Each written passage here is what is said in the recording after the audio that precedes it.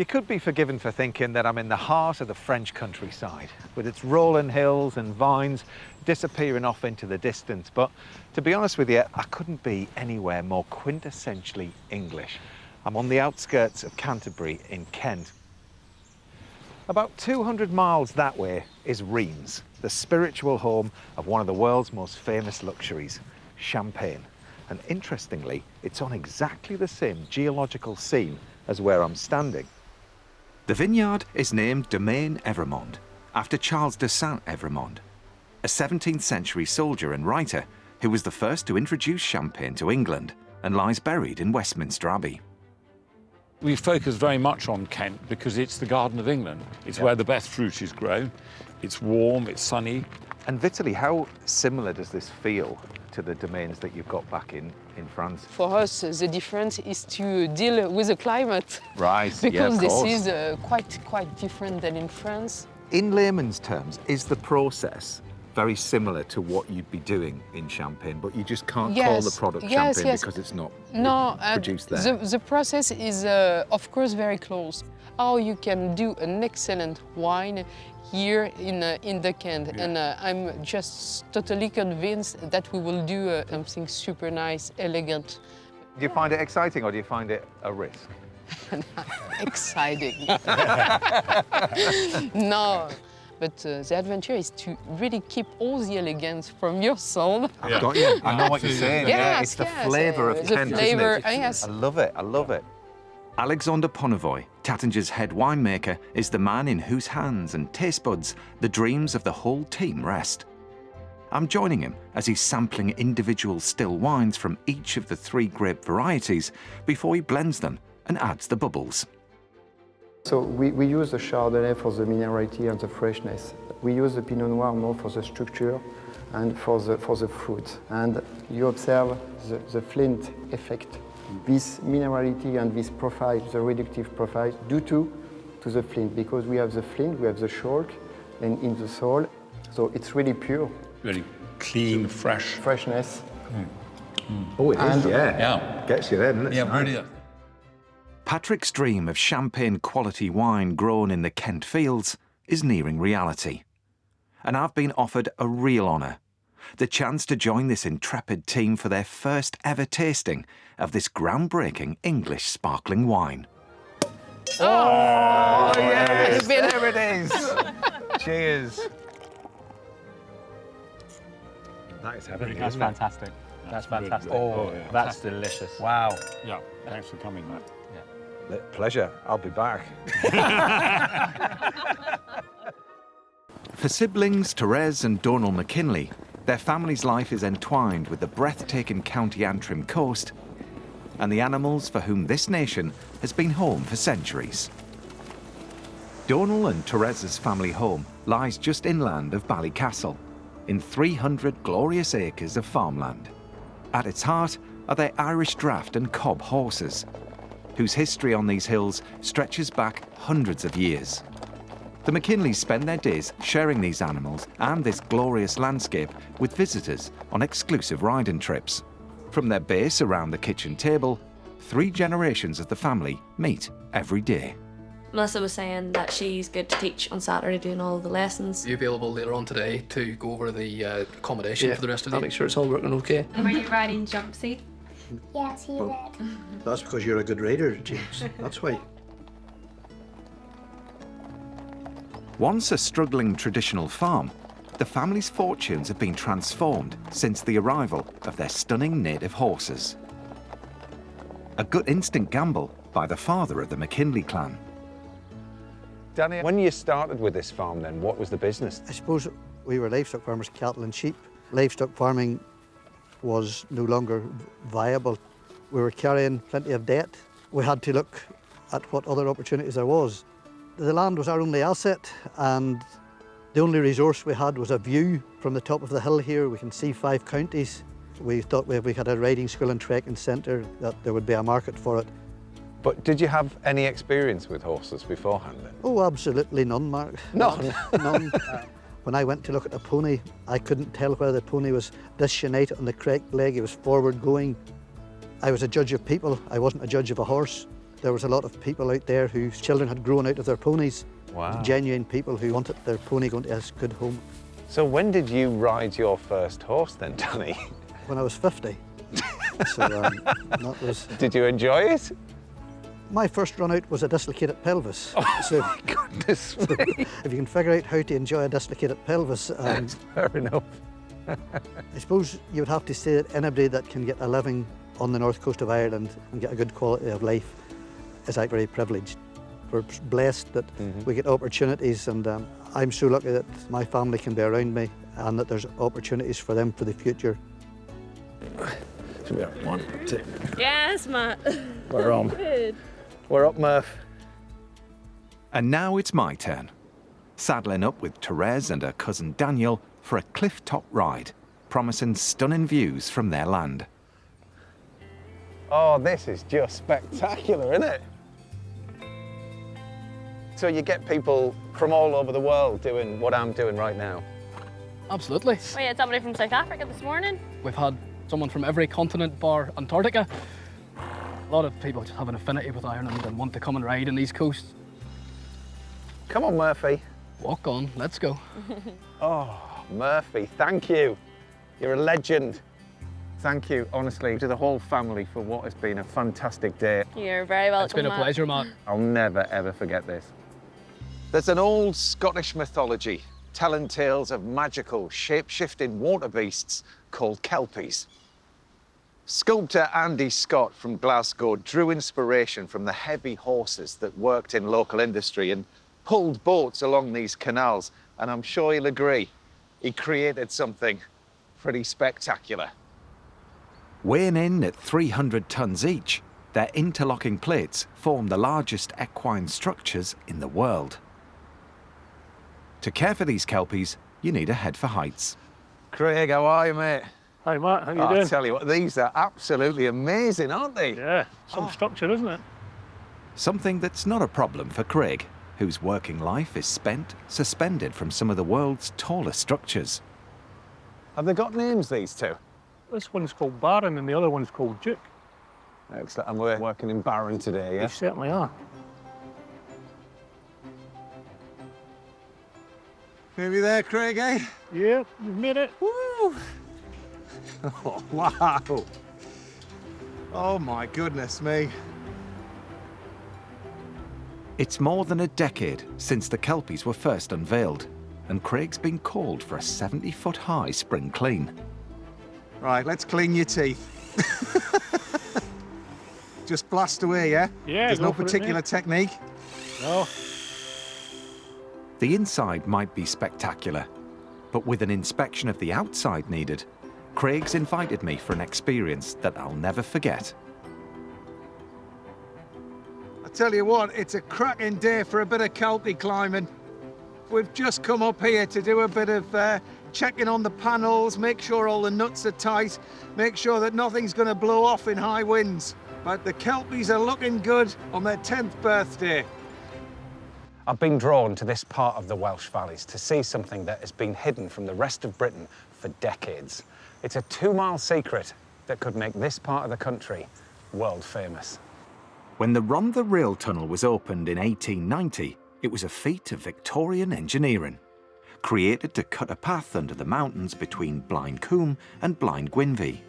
It was shut down in the 1970s, cutting off the only direct route between these two communities.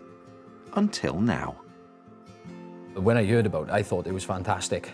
Being able to access that part of Wales as well, just by going through a little tunnel, I'm very, very excited for it. One man's discovery of this long-lost tunnel has ignited a dream to turn this abandoned treasure into Europe's longest cycling and walking tunnel. Spearheading this dream isn't some big business, but the Rhondda Tunnel Society. A hardcore of Tunnel Society members now spend their days heading underground to work on their plans to give the tunnel a new lease of life. What a brilliant group of people. Honestly, they're so passionate about their cause. It's bonkers and it's brilliant. Honestly, I hope I'm like them when I'm 69. We're heading in at what was the Blaengwynfi end of the tunnel, entering by one of two air shafts, currently the only way in or out. Oh my goodness me, look! The gang had said it was something very special, and you can tell from the moment that you start your descent. Honestly, I just can't get over it. I can't get over the sort of the workmanship. The travel marks, look. And when you think that they drove this tunnel from both ends, this end and Blancombe, Yeah. and when they met up in the middle, they were only a ½ inch at a point. Never. In the 1890s, that was incredible. Unbelievable.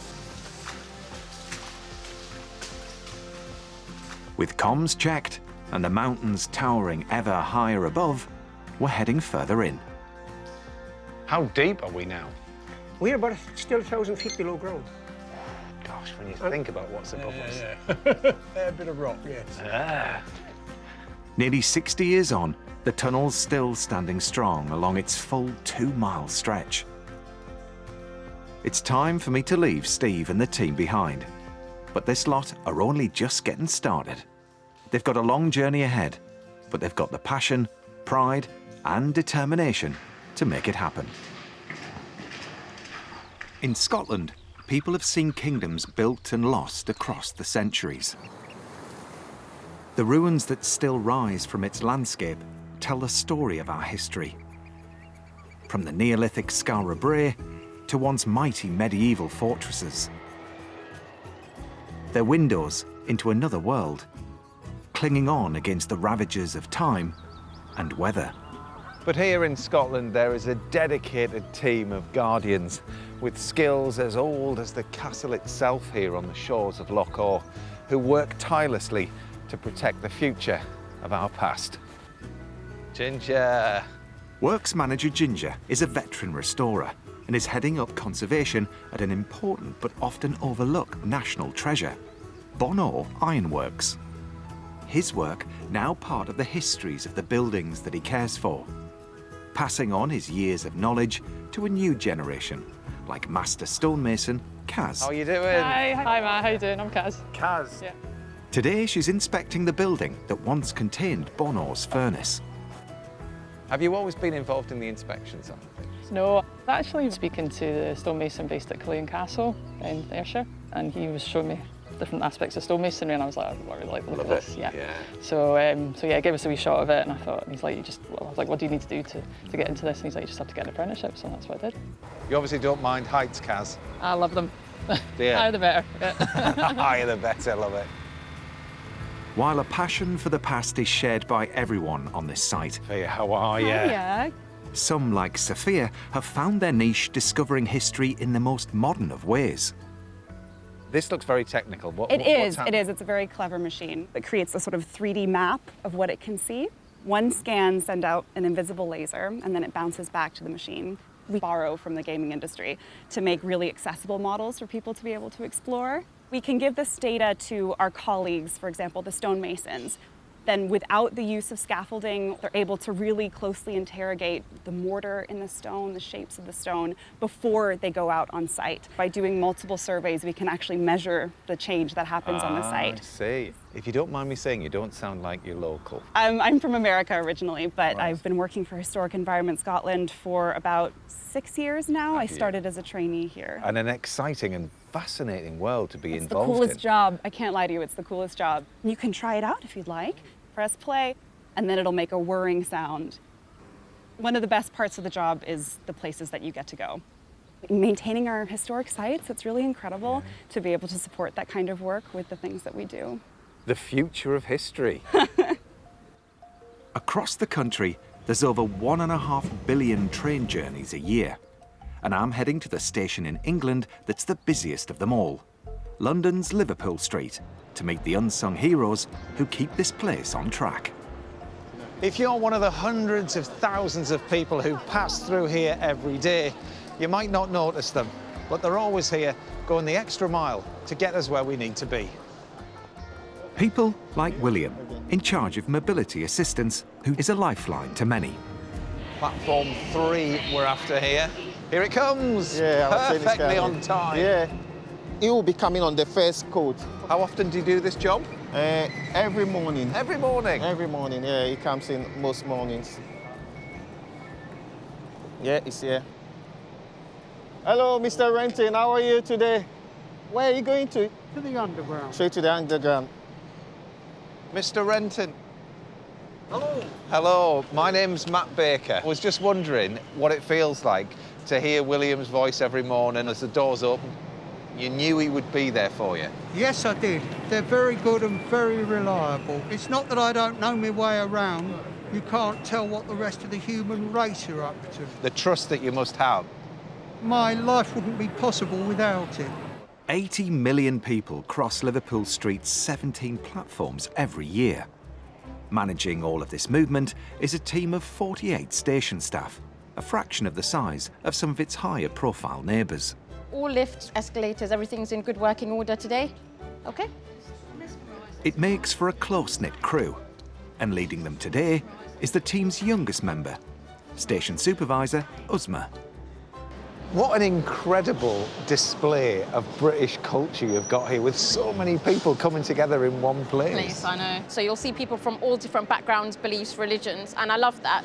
Thankfully, I speak 4 languages, so I'm basically able to help. 4 languages? So English is my main language. Yeah. I've got Urdu and Punjabi, which I've learned from my parents. I've learned a little bit of French, and I'm learning Arabic now. Wow, that is impressive. Just the face that they made. Urdu, Punjabi, and I was like, yes, I can speak. And they'll rush over and, you know, I can help them out. And obviously now at sort of 24, you're experiencing lots of different situations. I feel like I've been through a lot for a very young age. More and more. And I am the youngest member of the team here at Network Rail as well. High five on that one. Yeah. The first trains rolled down the tracks here on the 2nd of February 1874. And within a decade, 80,000 people a day were passing across these platforms as the station connected them with friends, family and colleagues. I'm getting a sense that for those who work here, there's a real passion and fondness for this place. What I love about our British Isles is that wherever you go, there's something to be proud of, a claim to fame, whether it's the landscape, the community, history, or what's created there. And here in Newport Pagnell, they've got something pretty racy. The Aston Martin story began in 1913, and its now legendary site here in Newport Pagnell was first opened in 1955, after the company was bought by tractor manufacturer David Brown, who gave his initials to the famous DB range. More than 13,000 high-class handmade cars have roared out of this factory and off down these roads, creating a legacy that's synonymous with this Buckinghamshire town.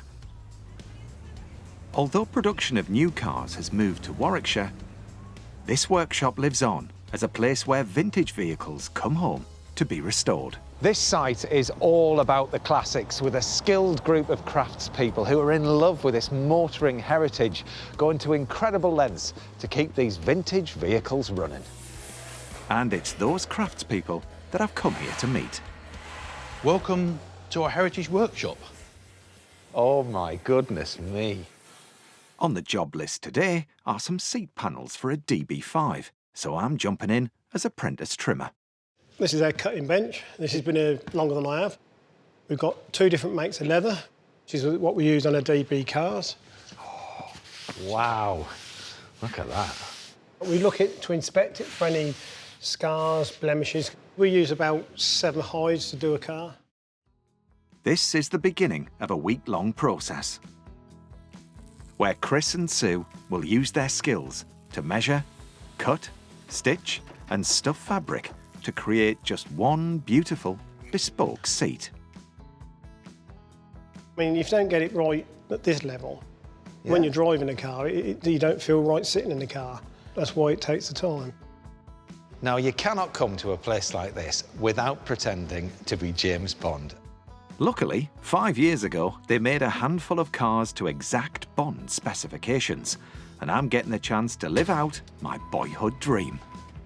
So we're hammering down the road, odd jobs come out. First thing I need to do is change my number plate. Right, things have just gone up a level. Let's fire off a couple of rounds. Bulletproof screen. bit of smoke as well. Have that. Love it. Call home. Hi, love, it's me. Can you get the martinis ready? I'm on my way back. This is Scotland's rural and remote southwest corner, well off the beaten track. And I'm here to meet a woman who was drawn to this part of the British Isles to make a home, and she's fast becoming a pioneer in the Scottish foodie landscape. I don't know what it is about them, but they just have, for me, I like the texture and I just like the taste, and there's lots of varieties. When I first saw them, I was amazed and shocked at the different sizes, shapes, colours that I didn't know were possible. Tucked away in 12 acres of wooded hillside, Deer Manor lay derelict until Alicia Fuller-Armour moved here with her family, with the determination and a dream to make a living from a truly magical organic produce. Learning from scratch, her myriad of mushrooms are now sought out by Michelin star chefs and exported from her kitchen table to customers all around the world, with a little help from her mum, Rose. Hello. Welcome, welcome. How nice to meet you. I'm sorry, I've got my gloves on. Oh, not at all. I'm Matt. Alicia. Oh my word! Look at this display. Welcome to the world of gourmet mushrooms. It almost looks like a coral reef. Yeah, well, it's doesn't it when you funny look that down? you say that. This is actually called crown coral. Right. I mean, they're so full of character. I mean, they say that you eat with your eyes, and I mean, it's so intriguing. And the interesting thing is they all taste different. Where do they come from? That's why I had to learn on YouTube and Reddit. You learned off YouTube how to do this. So I learned on forums and, just through trial and error, really. Wow. And then just really got hooked. One of her more local customers, Chef Chris, regularly features Alicia's mushrooms on his menu at a gastro pub just down the road. And he's preparing some fried freckled chestnut mushrooms on toast to give me a taste of the wonderful world that Alicia's created. And here we are in the heart of your home, in the kitchen. We're just so grateful actually for the chefs who sort of entrust us with their reputations. Is it time, Chris? It's time. He's plating up. It's plating time. Oh, the best time. Sorry. Thank you. Thanks.